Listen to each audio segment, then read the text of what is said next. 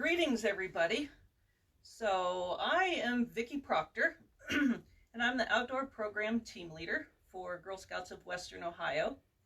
And sometimes you'll find me in the Dayton office, sometimes you'll find me in the Lima office, and otherwise I'm out at different camps all the time. So my job is basically getting everybody outdoors, and this is the perfect time to get outdoors when we're self-distancing. The outdoors is safe, so everybody go outdoors. So while we're waiting for everybody to jump on, so I think you all can write there in the comments, let me know where everybody's from. Now I have a buddy filming this. I won't be able to see your comment, but I'd like to see where you're from. And while we're waiting, think about where is your favorite place that you've been camping? Or if you haven't been, where would you really like to go camping? So it'll get you in the mood for today. So while we're waiting, what we're going to do today is talk about the environment and how to have the least amount of impact on the environment. So how do we want to protect it? Because that's really important today. So we're working on the Eco Camper badge. It's for junior Girl Scouts or anybody that's 4th and 5th grade. But actually what we're going to be talking about today is good for everybody. My cameraman is shifting views here, so hopefully I wasn't like this when we started. So today the badge is all about protecting the environment, leaving no trace, and what we're going to do is work on, out of the 5 activities, the first 2. So the first one is all about leave no trace principles, and we'll talk about that. Sounds really boring, but it's kind of a fun topic. And then we're going to talk about requirement 2, which is one of my favorites, food. So how we can cook and do things outdoors and again not impact the environment. So I learned a lot of this stuff when I was in Girl Scouts. I started back in the day when I was a brownie, went all the way through, was a camp counselor, and my job, my career has been camping. So when I'm not working and trying to get people outdoors, then I'm also out camping and doing things. So my passion, as a lot of you know, is being outside. So I want to be able to let you know there's a lot of cool things to do outdoors, but ways to do it where you impact the environment the least amount. So we're going to learn some basics. Once you learn some basics, then you can take these skills, and whether you're just camping in a campground or you're backpacking, got my backpack ready to go. If you're kayak camping or even llama trekking, you have to know how to protect the environment when you're out there. So we're going to talk about that. So that kind of starts today, and we'll get you ready for camping. So again, we're working on the Junior Eco Camper badge. And whether you're a Girl Scout or not, it's just really good practices to know. And again, we're going to learn the 7 leave no trace principles, and we're going to talk about minimal meals. Actually, back in the day, we used to call it minimal impact. And anytime we talked about it, we said minimal impact. But minimal was kind of like, you know, the least amount, but now they've kind of morphed it into leave no trace. So we really, when we go out, we want to make sure nobody knows that we were out there. At the end of today, I'll talk about the other 3 requirements for the badge. So again, make comments as we go. Tell me where you're from. I have a buddy that's 2 hours up the highway in Toledo. Hopefully she can answer these. Good luck. And if not, I'll get on afterwards and answer your questions. So we're just going to go ahead and jump right in. So there's a progression in camping, and I talk about that a lot. So you go outside, you learn some skills. You maybe start off going to a lodge or a cabin, and then you start going outdoors in a tent, and then you can get into more places, learn more skills. But there's also a progression. It's kind of what we're talking about today, is the actual places you go. So you might start in your backyard. You might then move into Girl Scout camps. You might be out in the local lake or the campground. You may be at a state park, a national park. You may be out in the wilderness area. And each one of those environments is really different in how you have to do things and how you have to protect the environment. So they're all unique. So what you do in a civilized place how you protect the environment is going to be really different, but the same concepts in another environment. So give you an example. If you were at one of our camps and you have a campfire circle or you're setting up a tent, there's certain things you have to do to protect the environment. Now, you're up here on Mount Everest, you're all wrapped up in, it's 80 below zero. There's still things that you have to do up there to protect the environment. It's a lot different place, but again, the same kind of concepts. So we're going to talk about those. Let's see here. So 7 principles of leave no trace. So this is the first requirement. Can anybody tell me what leave no trace means? So just kind of type in there. So leave no trace, what does that mean? Well, okay, so if you haven't guessed it, it means leave no trace.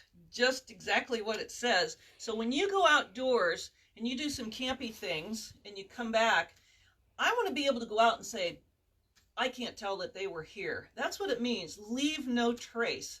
And I'm glad I'm indoors because I just noticed it's starting to rain outside, so we would have been sitting in the rain, which is totally fine, but want to be able to maneuver around a little better here. So leave no trace, minimal impact.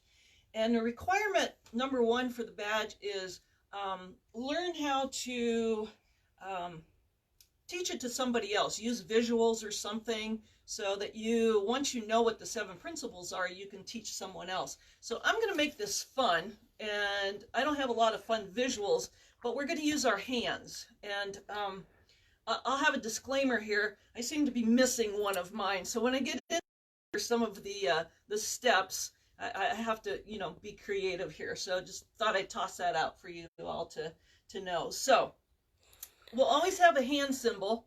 So principle number 1. So everybody hold up your finger. Come on, everybody. I need to see it. So the first principle is to plan ahead and prepare. So if you think plan ahead, so tap your head. So we're going to plan ahead, and then we're going to prepare. So we're going to write down, we're going to prepare. So principle number 1 is plan ahead and prepare. So what does that mean? So plan ahead. So if you're going to go camping, where are you going? So what is it like? Is it the lake? Is it the backyard? Is it a grassy surface? Is it under the trees? Are you going to use a tent? Can you build a fire? Are you allowed to build a fire? Can you get water real easily? So that's kind of like planning ahead so you know how to respond to that area and the environment. So again, plan ahead, and then to prepare, you have to be ready to go. So if you're setting up a tent, do you know how to set up a tent? If you have to build a fire, do you know how to build a one-match fire in the rain and the wind? Okay, so you need to plan ahead where you're going and then prepare. So that's step number 1. So plan ahead, prepare.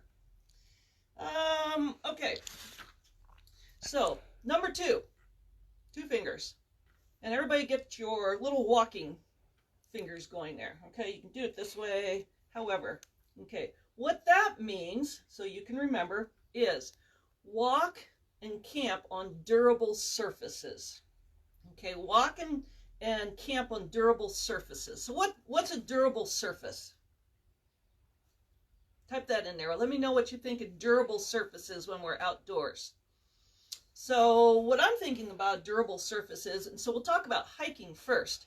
So a durable surface is an already existing trail. It could be sand on a beach. It could be Utah is all rock, so you're just walking on rock, so you're not impacting anything. Could be gravel, could be a dirt road. So it could be an area where there's no vegetation. So that's a durable surface. So when we're hiking, it's really important to try not to impact. So visualize this nice pristine field. It's full of grass, flowers, it's blowing in the wind, and it's undisturbed. And just you'll walk through it.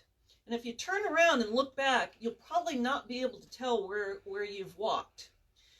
But now take you and 16 of your buddies, and now they're following you in a line, and you're walking through that field. After all 15 of you walked through that, you turn around and look, there's going to be a little pathway started. grass is going to be munched down, the flowers are going to be bent over, and now you've impacted the environment. That might be there for a long time, it might spring back, but now you've made a path, and somebody comes along and says, oh look, there's the path, and now we've created a path. So those are the things that you need to think about. So walking and camping on a durable surface. So now let's talk about when we're camping. So where do we set up our tents?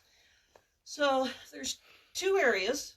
So one area would be an area that's already used a lot. So it's a popular place. So a lot of your campgrounds, your lakes, places like that. So there already probably is a lot of impact. So the best thing to do is set your tents up kind of close, because if you're close, you're just walking in an area in one spot, and that's probably already impacted by previous people. So pull your tents a little closer together. Try not to be on any vegetation. And again, you pull your tents close so you don't spread out and keep making that area bigger and bigger. So if it's an established spot, use that spot already, and that'll be, yes, impacting that spot, but not as much as anywhere else. So lots of people, it's okay to smash in together, impact that area, but just try to do your best to keep it looking good. The other area is when you get out and do some backpacking or camping out in remote areas, you're going to go into a spot that's pristine. You're going to go, no one's been here ever. And you have to do stuff differently when you set up your campsite. So instead of setting your tents up close, because if you're close, you're going to be walking in that same spot all the time. Now you want to put a tent over there and a tent over there and one back there, because there's only one or two of you going to be in that area. And so that's less impact in a central area. So also that makes you walk maybe to the water source or something in different ways, so you're not impacting. I'm going to have my buddy show you what happens. She's going to go down here on my rug. Believe it or not, I vacuumed this morning, but I've been back and forth a couple times on this. And you probably see all those little footsteps and you're going, oh, I need to vacuum again.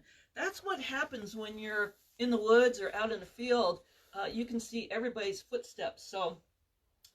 So the other practice too, when you're out in a pristine area, is move every night, go to a new location and practice that. So now you're not impacting this for days and days at a time.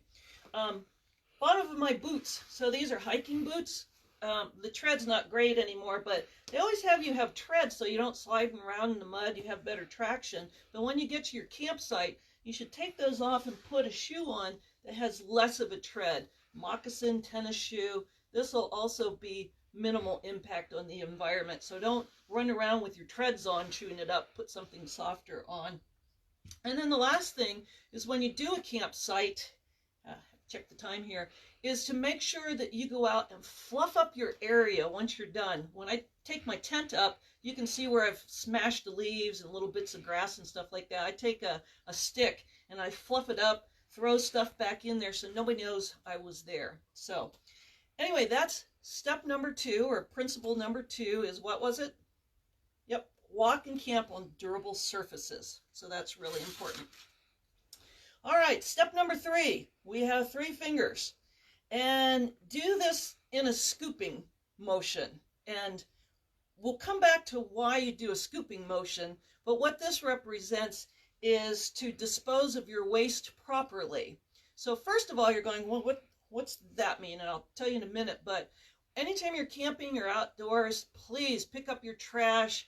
Leave the area better than you found it. That's one of our mottos, leave it better than you found it. So trash, any of that kind of stuff. But when you get out and you enjoy camping and you get comfortable, and again, you get out and do some backpacking, you're going to be areas where there's no bathrooms or latrines, and you're going to have to learn how to dispose of your waste properly. So not that we use our hands, but you dig cat holes and you can go to the bathroom there and cover it up and no one will ever know. It decomposes with rain, etc. So that's kind of that scooping motion with 3 fingers, okay? Think of disposing of waste. I know that's kind of a funny one, but that's a reality when you are camping. And I have been camping in the Grand Canyon where you are not allowed to leave anything. So instead of digging a cat hole, you have to haul it out. So If it's a hole in the ground, that sounds a whole lot better. So that's really good. So plan ahead, prepare, walk on durable surfaces, dispose of your waste. And then number 4, if you do 4 fingers, kind of a halting motion, okay, like stop, or you're looking behind, okay, 4 fingers. What it is leave what you find. So stop, don't pick anything up. Now, this is really hard for some of us that like to collect things. But if you think about when you go out into the woods and, oh man, there's that awesome fossil, or there's that geode, or there's that really cool looking rock, or agate, or you're again in Utah, there's these cool Moki marbles. Look that up, okay, Moki marbles. But those things are really neat in the environment, and if you pick them up, throw them in your pocket and take them home and sit them somewhere, the next person doesn't get to enjoy those. So please, leave stuff that you found. So 4 is leave stuff out there, leave it behind you, don't pick it up, flowers, any of that kind of stuff, okay? So number 5, so wiggle your fingers and set it on a base and imagine a nice little campfire, okay? So 5 fingers, campfire, and that is minimize your campfire impact. So Girl Scouts, we tend to love to sit around these big fires and we sing and do all that kind of stuff. But when you talk about the environment, campfires have a lot of impact, and in 2 different ways. The first way is, you're putting it on the ground, you're leaving ashes and coals. So it's a lot of impact. So you want to have a small fire that impacts the least amount of area and ground. When you cook, you don't need a bonfire. Your food will go up. So small fire. But what do you need for a fire? Well, you need wood. And when you go out and collect wood, what are you doing? Well, basically, there's bugs and animals and all sorts of vegetation. That's their habitat. That's their home. So you might pick up that stick, bring it back, throw it in a fire, and there goes a little critter, a little, snail, something like that. So the less amount of wood that you can gather, the better for the environment. The other thing, too, is your group comes in, you go out, collect wood, bring it back. The next group, they go out, collect wood, and bring it back. The 10th group that comes, they're going like a mile away to collect wood. So just be very careful for having a small fire. So the other thing with a fire is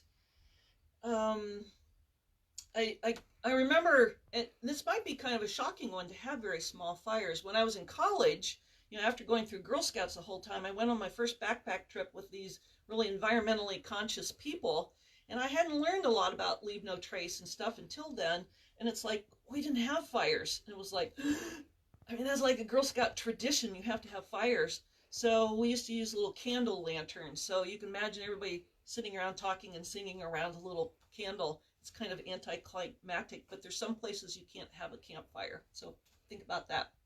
So number 5, minimize your campfire effect. So this one, 6, I have to figure out what I'm doing here. So 6 fingers for the next one. And anybody have any idea what this is? Okay, hopefully you have said, wildlife, deer. Okay, so the 6th one, so you can remember, was 6, is respect wildlife. And I think this is a really important one because when you go outdoors, you are now not in your house. You are outdoors and you're in the animals' houses. That's where they live. That's their habitat. That's their home. And you have to respect. So if you go down to the local creek and you're going to say, I'm going to wash my dishes or do something like that, or I'm going to get in and bathe, how would you like a deer to come into your sink, get up there and wash its hoofs off? That's what you're doing. So you're impacting the animals anytime you're out there. So you have to be really careful. So try not to do anything with their water sources. If you pick those things, vegetation, that's their food. So I know that a lot of you, if I mention that bad word that starts with S, spider, that's their home too. Spiders are good. They eat the littler things that we don't want bugging us all the time and biting us. So everything out there is a part of a food chain. And if you go, I don't like this one, get rid of that, or let's chase that deer, we do have an impact. Okay. So the last one is, it's kind of the happy one. So if you all remember the old peace sign, so put up a peace sign and then you wave. So you have 7 fingers. This is where it gets confusing. So, so peace sign and wave. And that's be considerate to other people. So, hey, peace. Hope you're having a good time. Okay, so that's 7 fingers. And what that means is you're not the only one outdoors. So there could be other groups out there. So outdoors is great to run around, yell and scream and do stuff in. But sometimes places have quiet hours. You know, you can't hear the birds if you're yelling and screaming. So it's kind of a nice calm place to be. And the other thing is that you don't consider being considerate to others. A lot of times we're hiking and we get hungry. Let's sit down and eat right now. And we're sitting along the trail.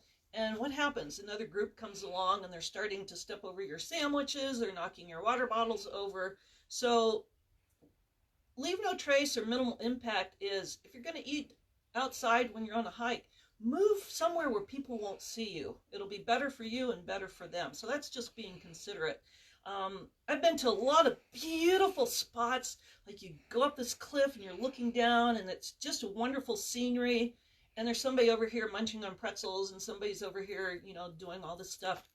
It's a great area to view, but again, if you're going to eat or do something like that, move off the trail, stay away from those scenic spots. And then last of all, and this is so important because we see this everywhere, Girl Scouts and everybody should be able to leave the place cleaner than they found it. So when you're out, being considerate is picking up all your stuff, leaving it better than you found it. Whether you're camping in a lodge or you're out in the middle of nowhere, leave it cleaner. We have some people out there, sometimes I think forget to do that, and we need to do that more. So to review, what's number 1? Pre-plan and prepare. Think ahead, prepare. Walk on durable surfaces and camp on durable surfaces. 3, dispose of waste properly. 4, don't take anything with you. Stop. 5, your small campfire, so minimize your effect on the campfire. And then 6, I kind of have to figure that out as I go. So respect wildlife and then be considerate to people. So those are like really important things that's going to help us all keep the environment. And you're probably going, why is this important? That's so much to know. So years ago, when we had fewer people and a lot more woods and places to go to, it wasn't probably an issue. But at some point in time, everybody discovered how cool the outdoors was. So, I just spend lots of time outdoors, and more people did. And the more and more people that go, that's more impact. So it's really important that if we want our places to be here for a long time, we don't have a lot of control personally over climate change. I know a lot of that is some of our practices, but we can't just go out and say we're going to fix that. But we can get in the woods and we can do things and have an impact, non-impact for what we do. So we do have total control as to what we do in the woods. So that's really important. So the thing is, if you love the woods, you want to go out there and see it beautiful. So I don't want to see stuff left from other people. I don't want to see things destroyed. I want the pristine wilderness. So we've got just a little bit time left for the second requirement, and that's my favorite one, and it's about food. So when you're camping, you have to probably cook meals and do things like that. And one of the requirements is to figure out, is there a way to have minimal impact on the environment?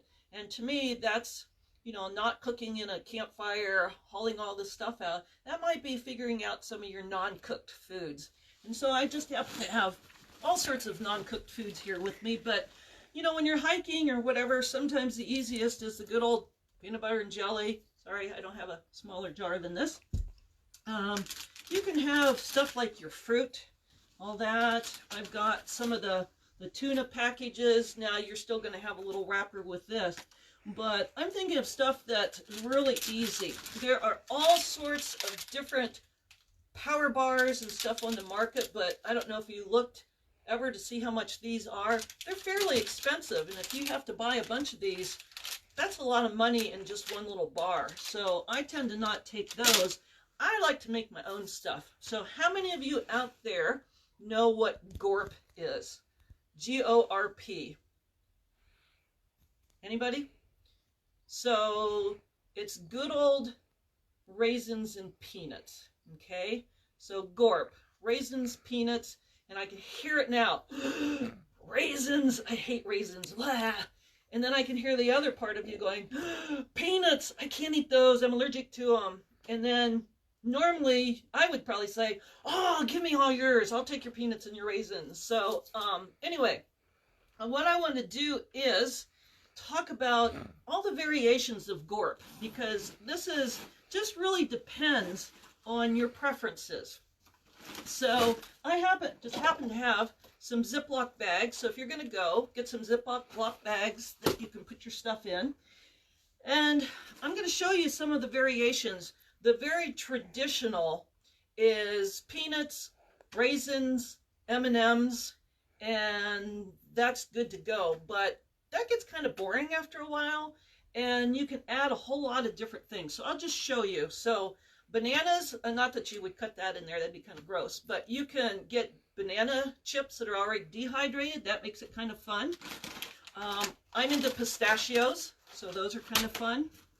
I like all sorts of exotic things. These are wasabi peas. That gives it kind of that hot feel. There's also things like dried corn. Those are more exotic, but pretzels, those are really neat. You can break them up. That gives you some of the salt along with the sweet. I didn't have any M&Ms. Like, you could do this now. I just raided my cupboards, but I'm going to take all my Hershey bars and chop them into little pieces and throw those in there too. Let's see. I do have some sunflower seeds. Those are kind of fun. They come in, this is chipotle flavored, so I'm going to sweat on my hike, I think, with the wasabi. Coconut flakes, a lot of people put those in there. Provides a little bit of sweetness. And cereals, those help with filling it up. So that's just like a sample of some of the things that you can put in your Gorp. Now, a lot of people think, so if I'm with my group, what I'm going to do is I'm going to just dump all this stuff into one bowl, mix it up, and then everybody comes and gets a scoop. Well, you know what that's going to do. I don't want that, and I don't want that, and I'm not going to eat it because now that has the stuff in it. So a lot of times what we've done is put out numerous bowls. Everybody brings one favorite item for it, and then put it in the separate bowls, and then you can go and put it into your baggie. So Gorp is kind of fun. So you're thinking, well, how does that impact the environment? Well, hopefully it doesn't. You're not cooking and you're bringing everything out with you. You're taking anything back. One thing it does impact is you're thinking, if I eat it and I drop it, I can just leave it there. It's outside. I'll leave my Cheerio or whatever on the ground. But think about this. That is impacting. Animals will find out and you're going, oh, that's good. They'll clean it up. But that's not good for animals. All our food has probably horrible stuff for us. Well, not maybe for us, but for animals. And all those neat little chocolates and things for them aren't really good for animals. So you want to just be careful not to try not to drop too much. So here's that. The next thing too is the importance of water. So you have to have water when you're out camping and hiking. So don't forget to take water. So I have a water bottle. So this is not low impact. This is not leaving no trace. How many of you have seen those horrible pictures of the ocean? And you have like millions of these. And there's a commercial right now. It's rolling down the street. So please don't use these water bottles. They are convenient. If you actually have one, reuse it. And if you aren't, recycle it. So what you should get into is using reusable water bottles, okay? These will help the environment an awful lot. So I know all the people I hang with are just totally stuck on stickers, or the stickers are stuck on the water bottles. So that's kind of fun, is take a water bottle. I noticed one thing at camp is a lot of you like to leave your water bottles there. So if you kind of decorate them and know they're yours, please don't lose them. There's a lot of styles. I happen to have all sorts here. I seem to have a kind of a water bottle problem, but there's all sorts of styles. There's lightweight ones. There's ones great for tea, metal. So you just need to pick like your favorite water bottle, okay? So let me see if I've kind of covered everything. We're just about on our time here. So I think that completes all of requirement 1 and 2. So your 7 principles of leave no trace, going back to remember what your hand symbols are. So go through 7. That's going to help you think about how to impact the environment the least amount of ways. And then again, think about your meals. Cooking over a fire takes a lot of time, a lot of energy, a lot of impact to the environment. So can you do some meals that are not cooked?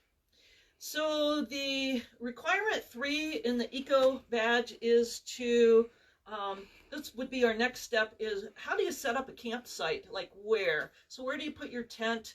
You know, where do you put your kitchen area? Where do you set up your fire? Where do you go to the bathroom? So that's step 3. So you might be able to look that up and do that. Step 4 is how to make leave no trace fun. And I know this can be kind of a dry topic, but it says come up with a game.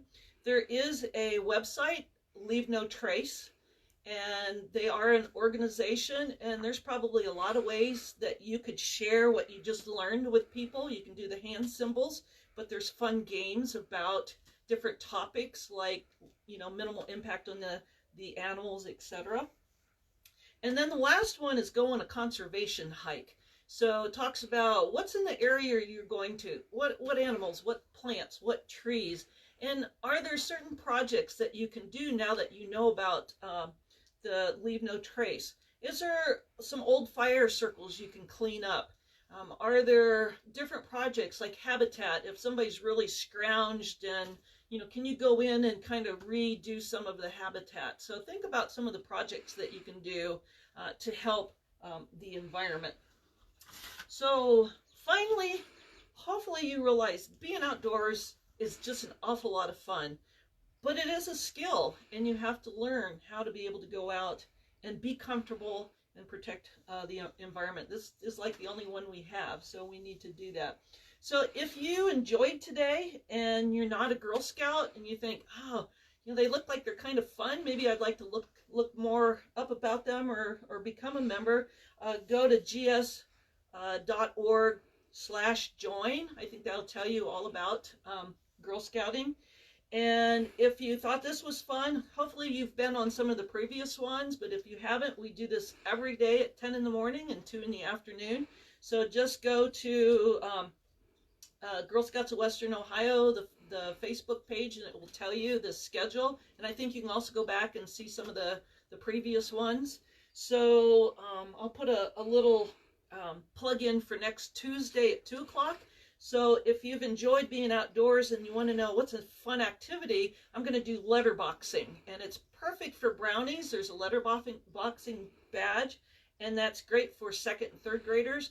But letterboxing is great for all ages. It doesn't matter whether you're, you know, young or you're 80 years old. People are out letterboxing, and I'm going to show you how to do all of that. So again, if you have any questions, type them in there, and we'll catch you another day.